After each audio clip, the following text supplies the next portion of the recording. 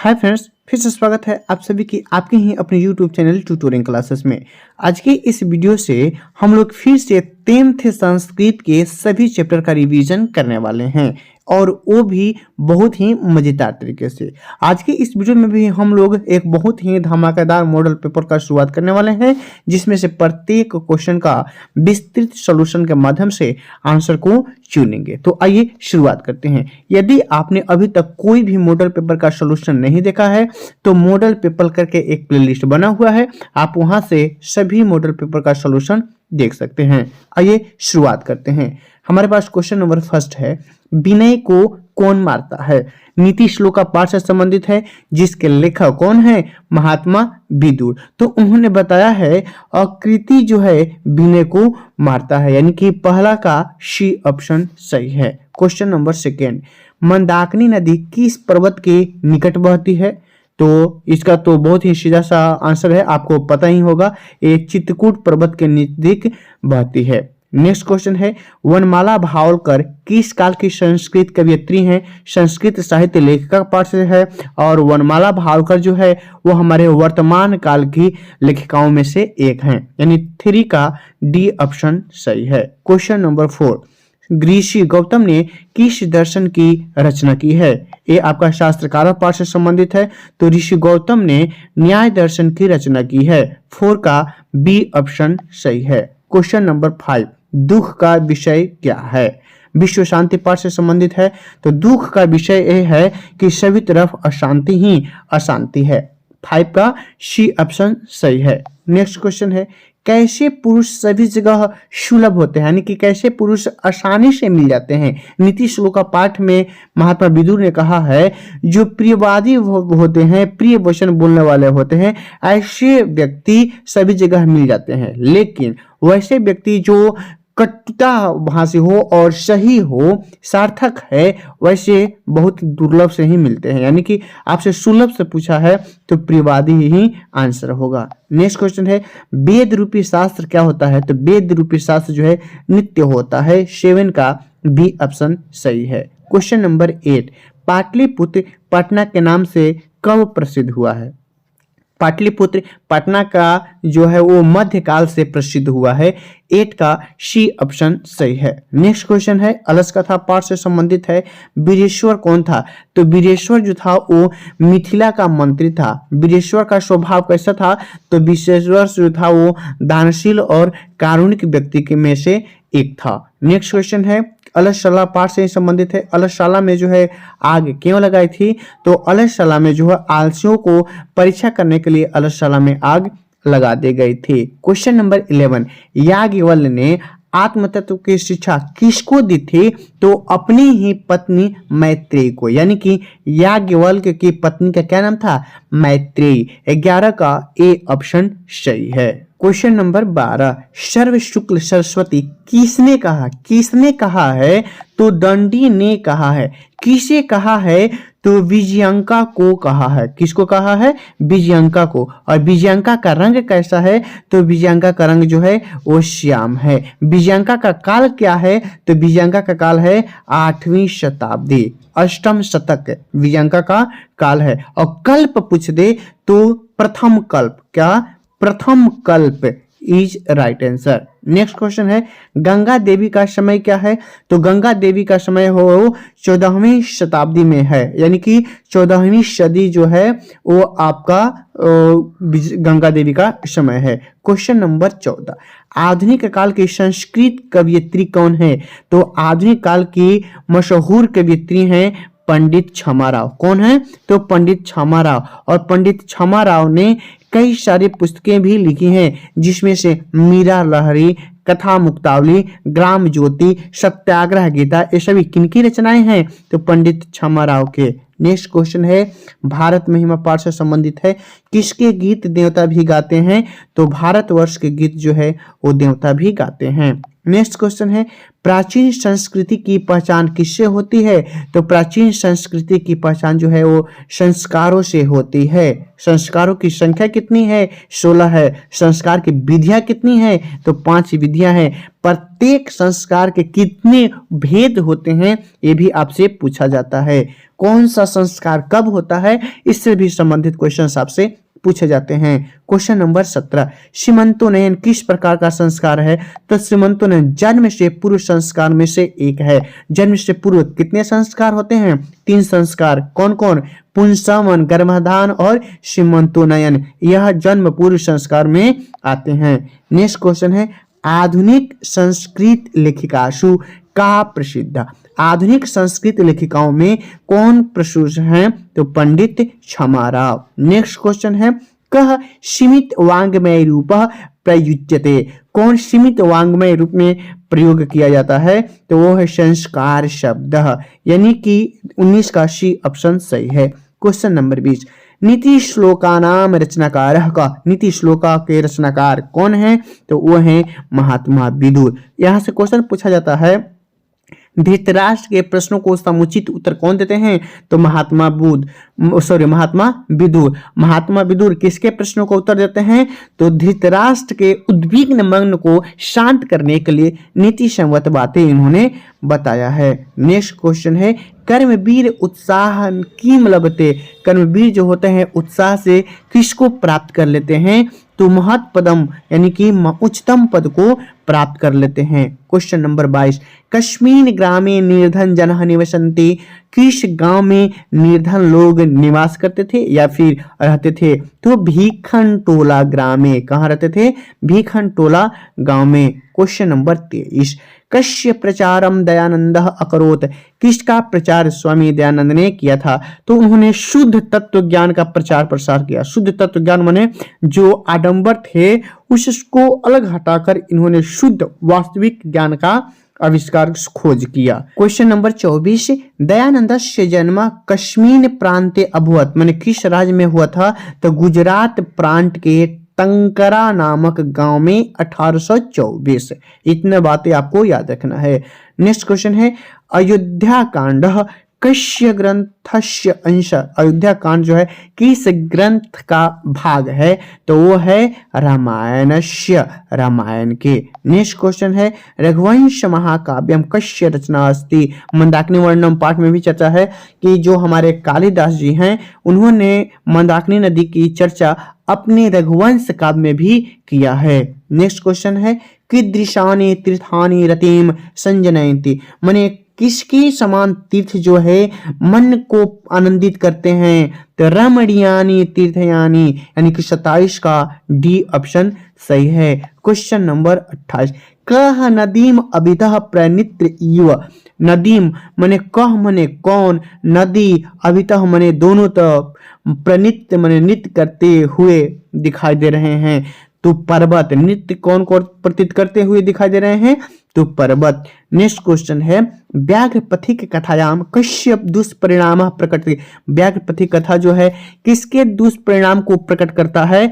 तो लोभ के दुष्परिणाम को प्रकट करता है। 29 का बी ऑप्शन सही है। क्वेश्चन नंबर 30, पशु, देखिए गलती हो गया है, ये होगा पशु। पशु पक्षी कथा नाम मूल्यम केषाम शिक्षार्थम भवति। माने पशु पक्षी कथा का मूल शिक्षा क्या होता है? तो वह है मानवानाम। मानवानाम माने कि मनुष्यों के कर्तव्य और क्या उचित है अनुचित का बोध कराता है और नीतिगत बातें, ज्ञानवर्धक बातें पशु पक्षियों को केंद्रित करके बताई जाती है। नेक्स्ट क्वेश्चन है, व्याघ्रास्य हस्ते किम आसीत। व्याघ्र के हाथ में क्या था? तो स्वर्ण कंगणम, सोने का कंगन। 31 का सी ऑप्शन सही है। नेक्स्ट क्वेश्चन है, दुराचारी कह आशित। दुराचारी कौन था? व्याघ्र। पथिक दुर्जन दानव कौन था? व्याघ्र था, इसलिए अपनी पाप से मुक्ति के लिए दान कर रहा था। ये बातें उसको कोई ज्ञानी व्यक्ति ने उसको बताया है। नेक्स्ट क्वेश्चन है, भाषस्य कति नाटकानि सन्ति। कर्णस्य दान वीरता महाभारत का अंश नहीं है। कर्णभार से लिया गया है और कर्णभार के रचनाकार कौन है? भास जी हैं। पाठ परिचय में हमने बताया है। इनके द्वारा 13 नाटक मिलते हैं। त्रयोदशः माने 13, त्रयोदशः मतलब 13। नेक्स्ट क्वेश्चन है सर्वप्रथमः कर्णः किम ददाति। सर्वप्रथम कर्ण ने शक के रूप में आए इंद्र को क्या दान में दिया था। तो सर्वप्रथम उन्होंने सालंकार गोशास्त्रम माने गायों से सुसज्जित माने सोने से अलंकारों से सुसज्जित 1000 गाय उन्होंने सर्वप्रथम दान में देने के लिए कहा था। नेक्स्ट क्वेश्चन है विवादानम शमयितुम मतलब दो देशों के बीच झगड़े के निपटारा के लिए कौन सी संस्था है। तो वो है संयुक्त राष्ट्र संघ। 35 का बी ऑप्शन सही है। क्वेश्चन नंबर 36 अशांति कारणम कति संते। अशांति के कितने कारण हैं। तो वो द्वे हैं। कौन कौन। ईर्ष्या और असहिष्णुता। नेक्स्ट क्वेश्चन है 37 विद्वस शब्द का तृतीया एक वचन में क्या होगा। तो विद्वस जो है ना ये सकारांत पुल्लिंग शब्द है और सकारांत पुल्लिंग शब्द के तृतीया विभक्ति के एक वचन में होता है विदुषा। लिख देते हैं हम पर क्या होता है विदुषा। एक वचन में विदुषा होता है और द्विवचन में विद्वद्भ्याम विद्वद्भ्याम और बहुवचन में विद्वद्भी विद्वद्भी। अब एक वचन में पूछा है तो एक वचन में क्या हो जाएगा विदुषा हो जाएगा। 37 का सी ऑप्शन सही है। नेक्स्ट क्वेश्चन है अहम शब्द का मूल रूप क्या है। तो अहम शब्द का मूल रूप है अस्मद प्रथमा विभक्ति एक वचन में अहम अवाम वयम होता है। नेक्स्ट क्वेश्चन है नदी शब्द रूप सप्तमी एक वचन में क्या होगा। नदी शब्द इकारांत स्त्रीलिंग शब्द है। नद्याम नद्यो नदीषु एक वचन में नद्याम द्विवचन में नद्यो बहुवचन में नदीषु एक वचन में है यानी कि 39 का ए ऑप्शन सही है। क्वेश्चन नंबर 40 विभूयत पद का मूल धातु क्या है। विभूयत का मूल धातु है भू। क्या है भू। 40 का सी ऑप्शन सही है। क्वेश्चन नंबर 41 गणेशाय मोदकम रोचते कौन सी विभक्ति है। रुच्यार्थनाम प्रियमाण योगे चतुर्थी। यदि किसी व्यक्ति को किसी चीज में रुचि है तो उसमें चतुर्थी विभक्ति का प्रयोग किया जाता है। हमने कई सारे इसका कारक सूत्र भी आपको बताया है। गणेशाय मोदकम रोचते अभी उपरोक्त में हमने क्या बताया रुच्यार्थनाम प्रियमाण रुचि के अर्थ में कौन सी विभक्ति होती है तो चतुर्थी। नेक्स्ट क्वेश्चन है भूवः प्रभवश्च इसमें पंचमी विभक्ति का प्रयोग होता है। यदि किसी चीज का कहीं से उत्पत्ति होती है तो उसमें कौन सा सूत्र होता है भूवः प्रभवश्च। नेक्स्ट क्वेश्चन है रुच्यार्थ नाम प्रियमान में कौन सी विभक्ति होती है। 3 क्वेश्चन एक ही जैसा आ गया कौन सा चतुर्थी विभक्ति होती है। क्वेश्चन नंबर 44 सम उपसर्ग के योग से कौन सा शब्द बना है। वो है हमारा संस्कार। नेक्स्ट क्वेश्चन है आजीवन में कौन सा उपसर्ग है। आजीवन में आ उपसर्ग है। क्या है आ उपसर्ग है। नेक्स्ट क्वेश्चन है उद्गम में कौन सा उपसर्ग लगा है। उद्गम उत धन गम क्या बनेगा उत धन गम अर्थात 46 का बी ऑप्शन सही है। क्वेश्चन नंबर 47 प्रियश धन गीप। अभी 10-15 रोज पहले हमने 8 स्त्री प्रत्यय के बारे में बताया था जिसमें गीप गीस गिन टाप डाप चाप और ती तथा उंग प्रत्यय जिसमें से गीप प्रत्यय भी एक है। अगर आपने वह वीडियो नहीं देखा है तो हर हाल में देख लीजिए। कोई ऐसा सेट नहीं है कोई ऐसा ईयर नहीं है जहां से इस स्त्री प्रत्यय से क्वेश्चन नहीं है। उसमें हमने बहुत सारे एक्सप्लेन किया हुआ है।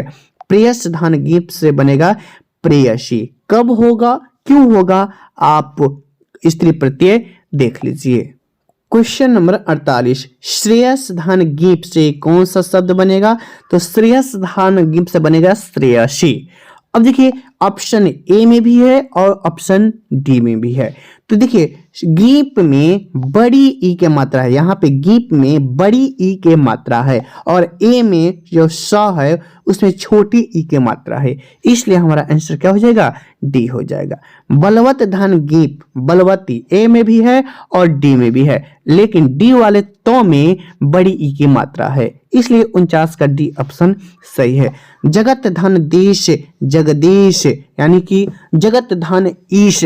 अब देखिए यहाँ पे भी ईश है और आपको डी ऑप्शन में भी ईश है, लेकिन ईश्वर में जो ईश बड़ी ई होता है वो ईश्वर में जो ई होता है वो बड़ी ई होता है। हमने आपका संधि विच्छेद में बताया है दोनों शब्द का अर्थ निकलने चाहिए, लेकिन यहाँ पे देखें तो डी ऑप्शन में निकल रहा है। जगत मने संसार, ईश्वर मने ईश्वर, इसलिए 50 का डी ऑप्शन सही है। सत्य धन जन व्यंजन संधि है और शब्द बनेगा सज्जनः। 51 का ए ऑप्शन सही है। क्वेश्चन नंबर 52, ने धन अनम अयादि संधि। टॉप मोस्ट ट्रिक बताया है हमने स्वर संधि को याद करने के लिए। ने धन अनम क्या बनेगा? नयनम। 51 का आपका बी ऑप्शन सही है। क्वेश्चन नंबर 53, मृग काकौ में कौन सा समास है? मृग और काकौ, मृग और कौवा कौन सा समास है? आपका द्वंद्व समास है। नेक्स्ट क्वेश्चन है, अनिश्वर में कौन सा समास है? अनिश्वर जिसका नाश नहीं किया जा सके, यह है निषेधात्मक। और निषेधात्मक का बोध कराने के लिए कौन सा समास होता है? नए समास होता है। प्रत्येक समास का भेद उपभेद करते हुए हमने आपको बताया हुआ है, आप जरूर देखें। क्वेश्चन नंबर 55, त्रिभुवन में कौन सा समास है? जिस समास का प्रथम पद संख्यावाची होता है वह कौन सा समास होता है? वह द्विगु समास होता है। क्वेश्चन नंबर 56, यथाशक्ति शक्ति के अनुसार कौन सा समास है? अव्ययी भाव, जिस समास के प्रथम पद उपसर्ग होता है या फिर अव्यय होता है वह कौन सा समास होता है? अव्ययी भाव समास होता है। क्वेश्चन नंबर 57, त्रिफला में कौन सा समास है? तो जैसा कि हमने 55 में बताया कि प्रथम पद संख्यावाची है, इस अनुसार हमारा सही जवाब क्या हो जाएगा?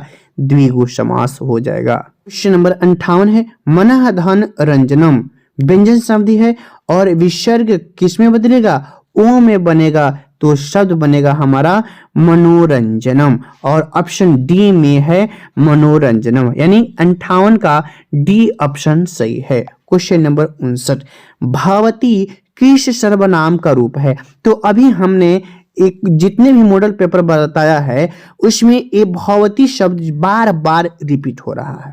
और भावती शब्द धातु रूप में भी आता है और शब्द रूप में भी आता है। तो शब्द रूप में आएगा तो भावत होगा, जो सर्वनाम के लिए प्रयोग होता है और जिसका संबोधन नहीं होता है। अगर वहीं धातु कहता तो वो होता हमारा भव धातु या फिर कहें भू धातु। क्वेश्चन नंबर 7, अंग विकार के अर्थ में कौन सी विभक्ति होती है? एनांग विकारः तृतीया, अंग विकार के अर्थ में तृतीया विभक्ति होती है। हमने टॉप मोस्ट हाईलाइटेड कारक सूत्रों का एक बहुत ही बेहतरीन वीडियो बनाया है, अगर आपने नहीं देखा है तो उसका लिंक नीचे डिस्क्रिप्शन बॉक्स में है या फिर टेलीग्राम में हमने उसको पिन किया हुआ है, ऊपर आपको मिल जाएगा। आप उससे कारक सूत्रों वाला वीडियो जरूर देखें। आपको यह सेशन कैसा लगा आप हमें जरूर बताएं। मिलते हैं अगले वीडियो के साथ, तब तक के लिए धन्यवाद।